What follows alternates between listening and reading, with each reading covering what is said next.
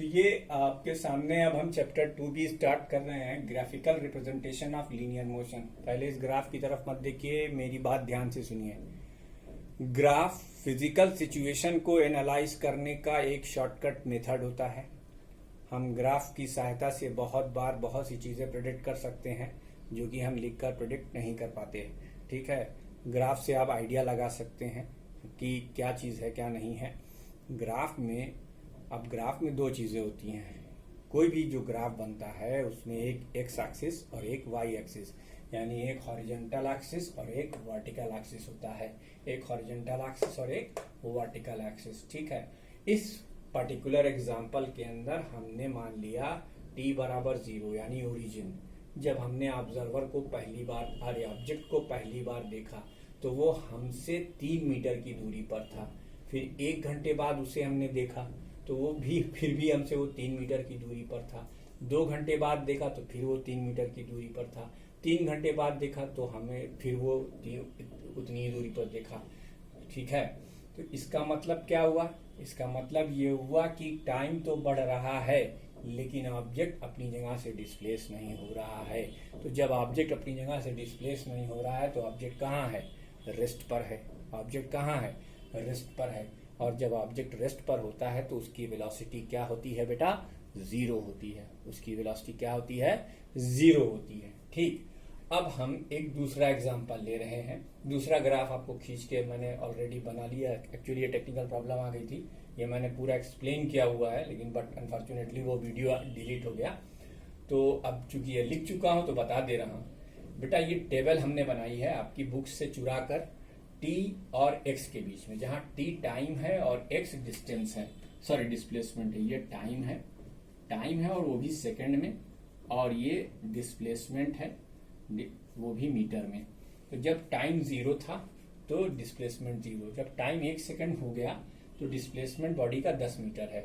फिर जब 2 सेकंड हुआ तो बॉडी का डिस्प्लेसमेंट 20 मीटर है। 3 सेकंड हुआ तो बॉडी का डिस्प्लेसमेंट 30 मीटर है। 4 हुआ तो 40 मीटर है। 5 हुआ तो 50 मीटर है। ठीक है, अब इसको हम ग्राफ पे प्लॉट करेंगे। टाइम एक्सिस पे हमने ये 1 सेकंड, 2 सेकंड, 3 सेकंड, 4 सेकंड रखा है। वाई एक्सिस पर हमने डिस्प्लेसमेंट को रखा है 10 मीटर, 20 मीटर, 30 मीटर, 40 मीटर। ठीक है बेटा, तो 0, 0 पर ये हो गया पॉइंट। 1 और 10 यानी 1 सेकंड पर कितना डिस्प्लेसमेंट? 10 second, 10 metre. 2 सेकंड पर कितना डिस्प्लेसमेंट? 20 मीटर। 3 सेकंड पे कितना डिस्प्लेसमेंट? 30 मीटर। 4 सेकंड पे कितना डिस्प्लेसमेंट? 40 मीटर। ठीक है, तो इससे आप क्या कहेंगे? देखो, चूंकि ये एक स्ट्रेट लाइन ग्राफ आया, इस डिस्प्लेसमेंट टाइम ग्राफ में स्ट्रेट लाइन अगर आ जाए तो आप कहेंगे object is moving with uniform velocity. अगर स्ट्रेट लाइन आ जाए तो आप कहेंगे object is moving with uniform velocity. Object uniform velocity से मूव कर रहा है। ठीक है, अगर अब देखो न्यूमेरिकल प्रॉब्लम में क्या होगा। न्यूमेरिकल प्रॉब्लम के अंदर आपको ऐसा एक ग्राफ देकर आपसे पूछा जा सकता है फाइंड द वेलोसिटी। तो वेलोसिटी फाइंड करने का तरीका क्या है कि आप परपेंडिकुलर डिवाइडेड बाई बेस कर दें। इसका यूजुअल नेम जो है वो स्लोप होता है कि slope of the graph give the velocity. अब चूंकि ये स्ट्रेट लाइन है तो आप कहीं भी स्लोप मेजर करोगे, एंगल मेजर करोगे, स्लोप का एक दूसरा नाम एंगल भी, तो एंगल अगर मेजर करोगे तो वो एक ही जैसा आएगा। चाहे यहां मेजर करके देख लो चांदे से, चाहे यहां चाहे यहां। तो ये क्या शो करता है कि वेलोसिटी यूनिफॉर्म है। और उस यूनिफॉर्म वेलोसिटी को निकालने के लिए फार्मूला हम क्या लगाएंगे? Perpendicular divided by base. Perpendicular divided by base यानी 40 मीटर डिवाइडेड बाई 4 सेकेंड। तो ये कितना आ गया? 10 मीटर पर सेकेंड। इसे नोट कर लीजिए, फिर हम आपको और अच्छी अच्छी बातें बताते हैं।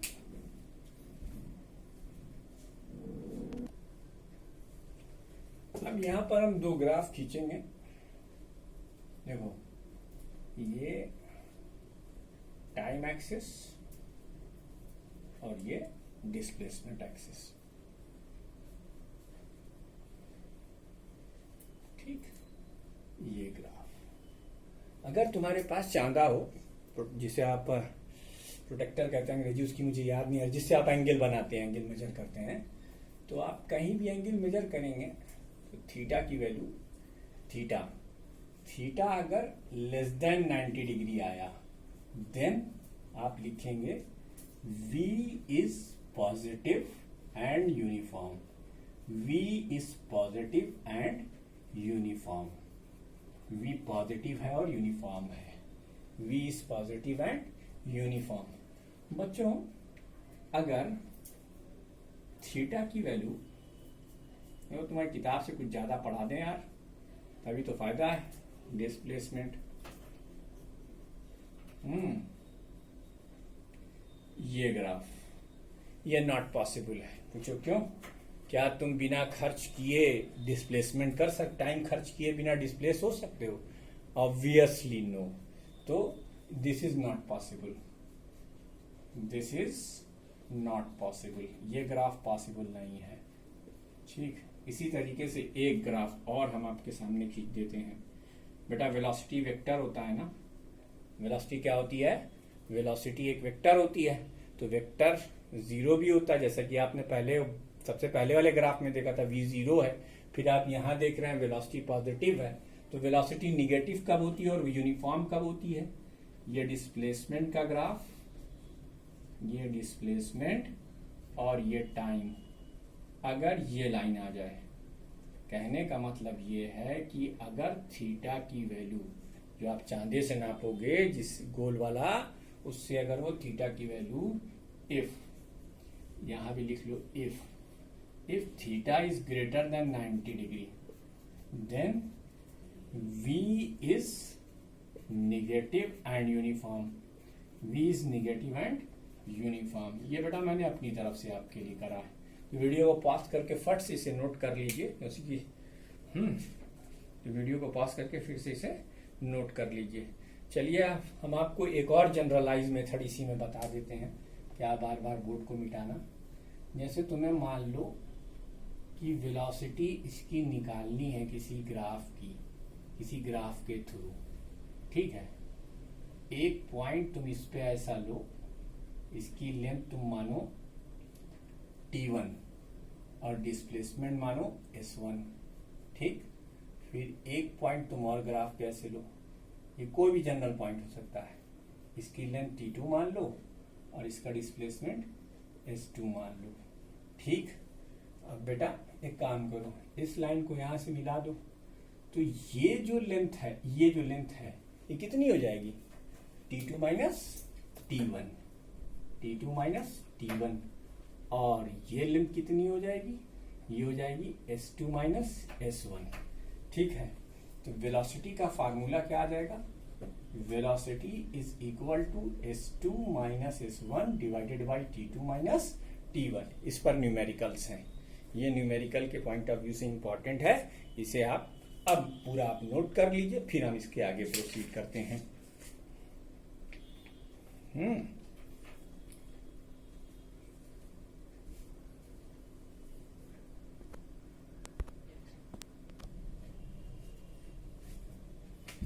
तो इसके बाद तुम्हें हम एक और चीज बता देते हैं।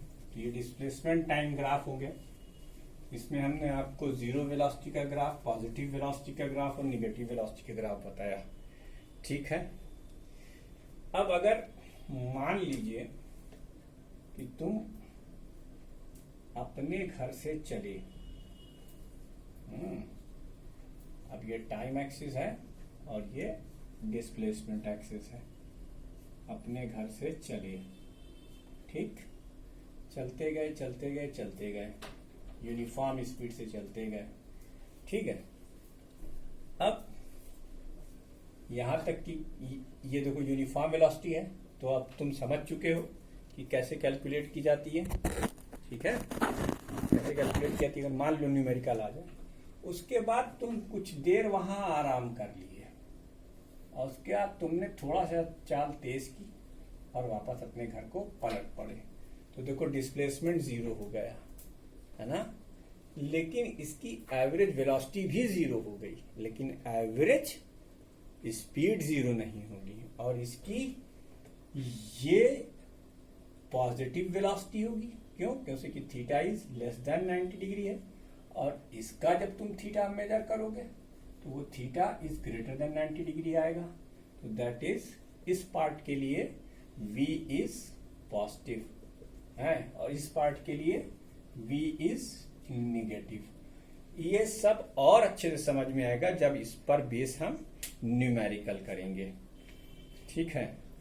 अच्छा, तो ये तो था यूनिफॉर्म वेलोसिटी का कर्व। अब तुम्हें दो और कर्व सिखाता हूं। देखो, अगर डिस्प्लेसमेंट टाइम ग्राफ ये हो जाए टेढ़ा मेढ़ा, अरे बाप रे, ये सीधा नहीं है बेटा, ये वेरिएबल वेलोसिटी का ग्राफ है।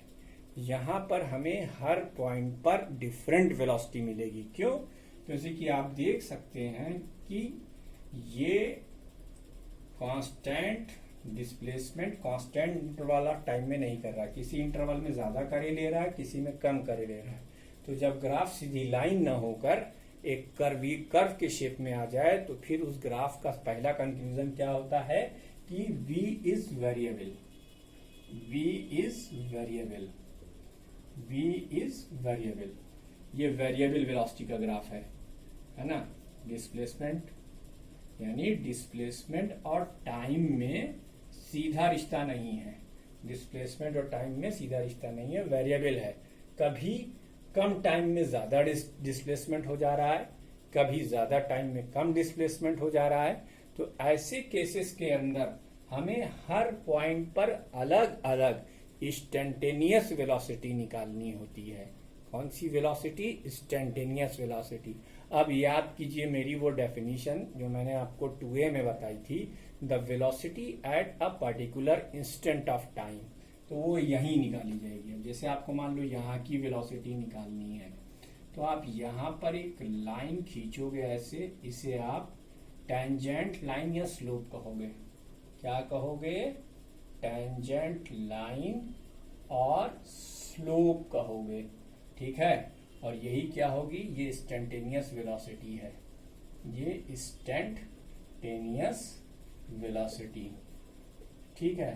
अच्छा बेटा, इसमें एक चीज और समझ लो। अब ये ग्राफ गौर से देखो, अगर यहां तुम इसका एंगल मेजर करना चाहो तो थीटा की वैल्यू कुछ होगी। अब एक पॉइंट यहां ले लो, यहां एक टेंजेंट लाइन खींचो, तो यहां देखो, अब यहां पर देखो गौर से, यहां पर θ1 है तो यहां पर θ2 हो गया, यानी स्लोप कांस्टेंट नहीं है। तो ये वेरिएबल वेलोसिटी का ग्राफ है।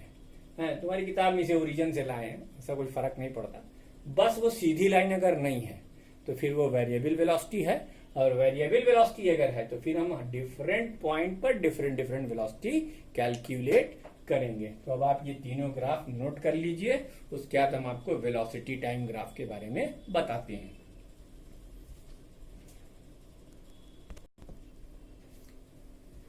अब हमारा अगला केस है वेलोसिटी टाइम ग्राफ का।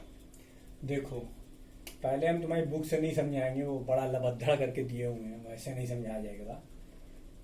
एक ग्राफ हम खींच रहे हैं जिसमें आपका वाई एक्सिस इस बार डिस्प्लेसमेंट ना होकर वेलोसिटी है, एक्स एक्सिस आपका कॉमन है, वही टाइम, और ये वेलोसिटी। ठीक। अगर ये स्ट्रेट लाइन है, क्या है बेटा? Straight line. तब, और अगर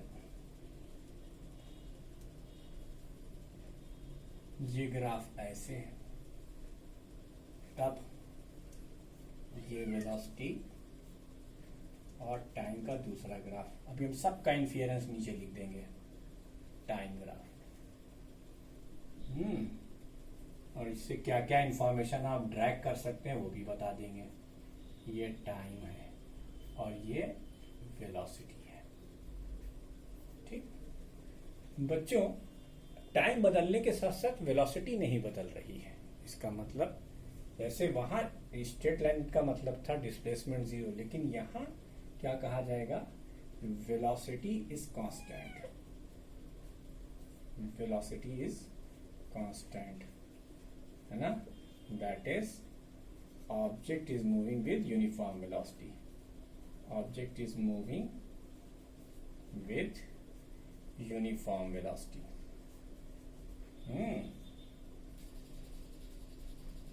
ठीक है। अच्छा, दूसरी चीज आप जानते हो एक्सीलरेशन कब होता है?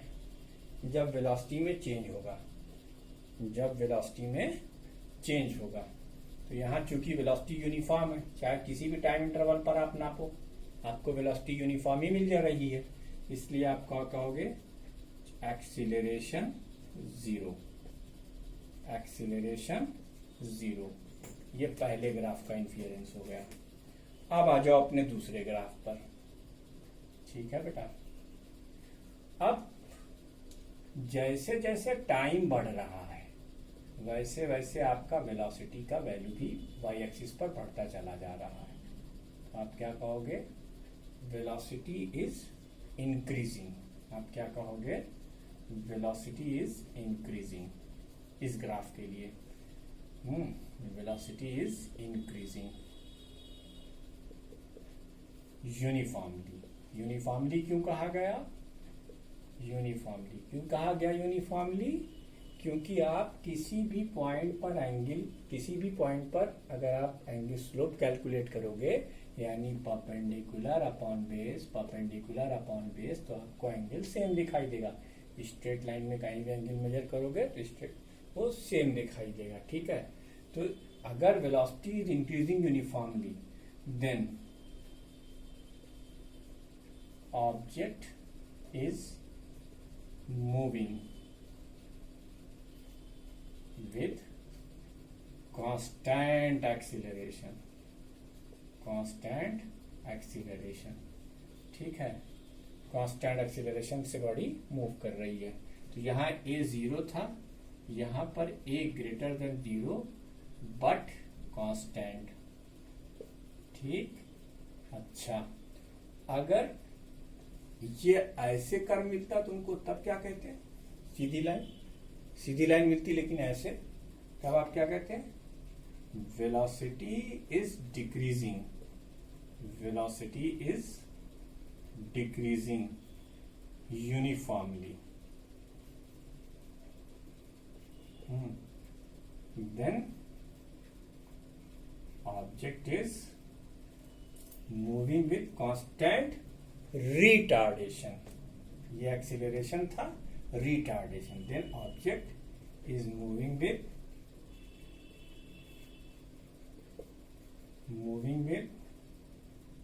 retardation। ये रिटार्डेशन हो रहा है। ठीक है, तो इसमें a यानी एक्सीलरेशन क्या है बेटा, इसको a से लिखते हैं ताकि आप कंफ्यूज ना हो। a is less than zero but constant, यानी निगेटिव तो है लेकिन वो अभी भी कांस्टेंट है।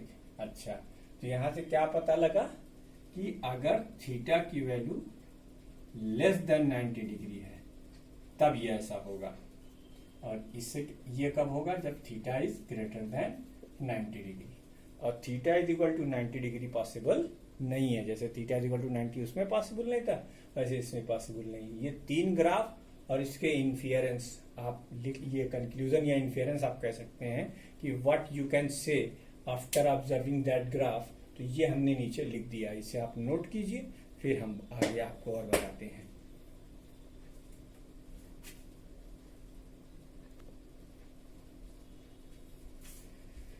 ओके, तो एक फार्मूला होता है एरिया का। एरिया क्या होता है, लेंथ इनटू ब्रेथ। ठीक है, अब मान लो कि तुम्हारा एक ऑब्जेक्ट यूनिफॉर्म वेलोसिटी से चलते हुए यहां तक पहुंचा, फिर उसने थोड़ी देर तक कांस्टेंट रखी अपनी वेलोसिटी। ठीक है, फिर वो एक दूसरी वेलोसिटी से वहां से स्टार्ट किया और वापस आ गया। ठीक है, बच्चों का ये डिस्प्लेसमेंट टाइम ग्राफ होता तो आप मुस्कुरा के कहते सर डिस्प्लेसमेंट जीरो है। तो क्या इसमें भी डिस्प्लेसमेंट जीरो है? नहीं, इसमें डिस्प्लेसमेंट क्यों जीरो नहीं है? क्योंकि आपको दिख रहा है ये एक ट्रेपेजियम है या combination of one triangle plus rectangle then another triangle.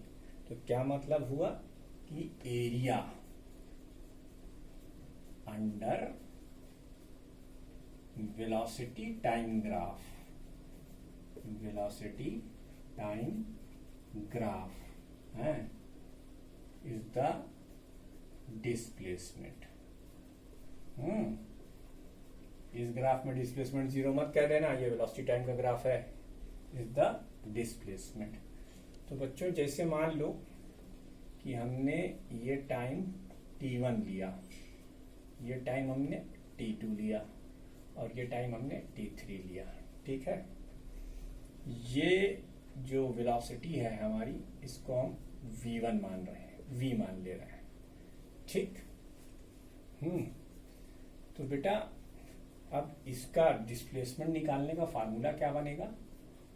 इसको मान लो एरिया 1, एरिया 2, एरिया 3, या O, A, B, C, D और E। तो डिस्प्लेसमेंट ये सब अभी न्यूमेरिकल में क्लियर होगा, लेकिन पहले थ्योरेटिकल तो समझ लो। थ्योरेटिकली क्या है? Displacement area of triangle OAE plus area of rectangle ABDE plus area of triangle BCD। ये सबसे वर्स्ट केस है, सबसे टफेस्ट वन आपके लिए, या और इससे ज्यादा इसमें नीचे कर सकते हैं, लेकिन आपको हर बार। अब ट्रायंगल का एरिया क्या होता है? Half of height into base, यानी OA into AE, OA into AE plus ये क्या होगा? रेक्टेंगल है तो length into breadth, that is AB into BD, और फिर half of BD into BC, BD into BC। इस तरीके से आप वेलोसिटी टाइम ग्राफ से डिस्प्लेसमेंट कैलकुलेट कर सकते हैं। Don't worry, all you will got it in the numerical problem, you should not worry about that, but you know what is the procedure, how will you tackle these situations, okay। तो अब इस graph का एक और फायदा हम तुम्हें दिखाते हैं। फिर वही कहानी हम दोहराएंगे। मान लो ये चला, ठीक है, मान लो ये चल गया भाई। अब जब टाइम t1 था तो इसकी वेलोसिटी थी v1, और जब टाइम t2 हुआ तो उसकी वेलोसिटी हो गई t2।